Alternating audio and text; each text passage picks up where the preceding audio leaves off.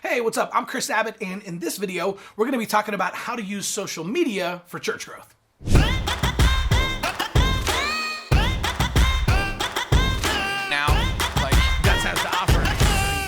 All right, so I'm super pumped about this video because this is my favorite thing to talk about. We're actually gonna be introducing you to a couple of churches who have been using social media for church growth, including a church of 40 people that got 96 new families in the first 3 months. And I'm gonna be sharing my 4-part framework for how you can do this at your church.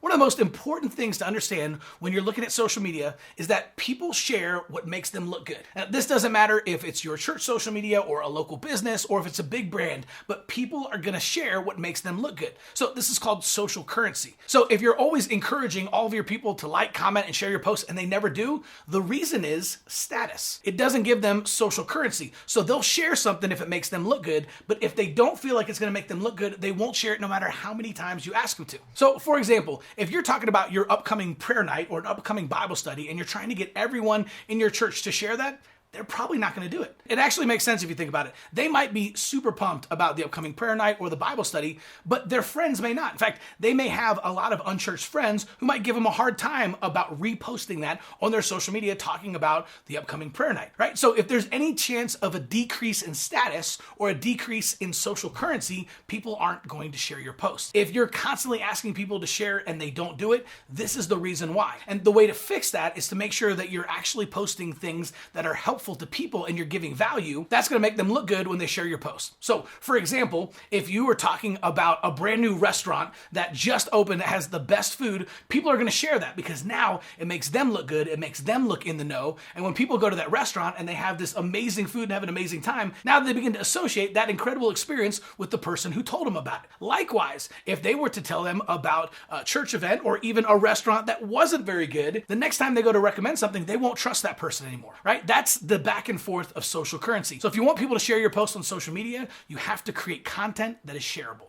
All right, so Pastor Rob was pastoring a church of 40 people, and he started to use the 4-part framework that we're about to talk about here. The cool thing is, in the first 3 months, his church of 40 people had 96 new families schedule a visit to his church. Now, think about that, 96 new families that planned to visit to his church in the first 3 months. He actually had 22 new people join hhis church from Facebook in the first 3 weeks. So his church literally went from 40 to 62 in the first 3 weeks using this framework. So let's dive in.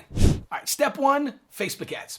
You want to create a Facebook ad and you want to run it to every single person who lives within driving distance of your church. The reason Facebook ads are so effective is because there are 2.8 billion people on Facebook and 1.7 billion log in every single day. In fact, the average American spends 38 minutes per day on Facebook. If you think about it, if there was a place in your city or your town where every single person went to for at least 38 minutes a day, all you would do is set up shop there and invite them to church. Mark Zuckerberg has given us that opportunity with Facebook. And when you begin to take a look at Facebook and understand, man, 2.8 billion people, man, that's not a social platform, that's a missions field. So if you run your Facebook ads with that in mind, looking at it instead of a social platform, but actually as a missions field, you're going to change the game. All right, so the largest age demographic on Facebook are people ages 25 to 34. If you're trying to target young families, the single best place to do that is on Facebook. You're going to want to run a traffic campaign, and you can optimize it either 2 ways. You can either run it for link clicks,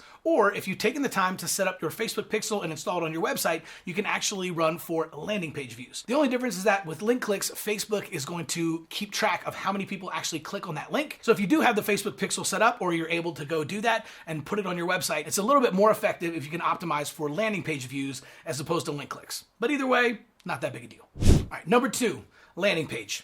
Now, what exactly is a landing page? Well, it's not your homepage, okay? We're not talking about your homepage or your About Us page or your New Here page. This is a standalone dedicated page on your website that only talks about one thing. So if you're promoting a new sermon series, you might just talk about that sermon series, and then you would have a call to action where people could either sign up to visit the church or sign up for more information. Or you might just simply say, show up this Sunday at 10 o'clock. This is where a visitor lands after clicking a link on social media or in an email, or in this case, Facebook ad. Okay, so what's the difference between your website and a landing page? Well, it's pretty simple. Your website is kind of like dropping people in the middle of the woods and hoping that they find what they're looking for. And if you say more than one thing, you actually say nothing at all.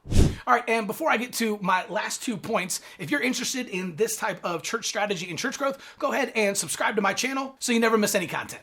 All right, number 3, plan your visit. Every year, over 17 million unchurched adults visit church websites. And for every single one that comes to your website and doesn't visit, that's a missed opportunity. Plan Your Visit fixes that. So if you're not familiar with Plan Your Visit, it's basically the idea of letting someone sign up and schedule a visit to your church for Sunday morning. That way you can actually reach out to them beforehand, talk to them, answer any questions they have, talk about what to wear or where to park or what doors to go in. And then you can actually assign a host, just a friendly person to meet them at the front door, help them get their kids checked in, show them around the lobby, give them a tour of the church, and actually save seats and sit with them in service. Most first-time visitors walk in, they freak out, they feel super awkward, they don't know where to sit, so they just sit by themselves in the back of the sanctuary. But that's like high school cafeteria syndrome, right? It's like the first day of high school when you walk in and you are looking for your friends, you don't know where to go, so you just freak out and you sit at the closest table to the entrance. Now you look like a nerd sitting by yourself and you don't have any friends. That's exactly what happens to church visitors. They freak out, they get nervous, and they sit at the closest seat to the entrance. With Plan Your Visit now, they actually have a best friend waiting for them at the front door. Someone to show them around, introduce them to some key staff and leaders, and then actually save them seats in service and sit with them so they don't feel awkward and out of place. So when we started doing Plan Your Visit at our church, we actually increased our first-time visitors by 42% in the first month, 60% in the second month, 87% in the third month, and 113% in the fourth month. And the coolest thing is we actually found that 80% of people who went through Plan Your Visit ended up joining our church within 3 weeks. And it's easy to understand why. They simply made a personal connection the very first time they came out to church. And finally, point number 4, follow-up system.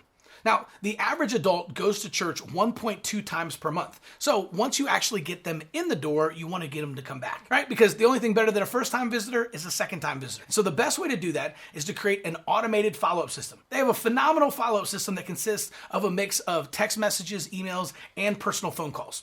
You can set it up super easily, and if you want, we actually have a link in the description below where you can try 3 months of text in church absolutely free. Here's the deal. People don't remember what you say, they remember how you make them feel. So by plugging them into a follow-up system and you continue to stay in touch with them, they're going to remember that you care about them and they're going to come back. All right, if you want to learn more about a Facebook ads and social media strategy to grow your church, you can click on the link below or go to churchgrowthagency.com and check out the free video there that explains the exact strategy that we've used to generate over 6,000 Plan Your Visits for the churches we've partnered with in the last 18 months.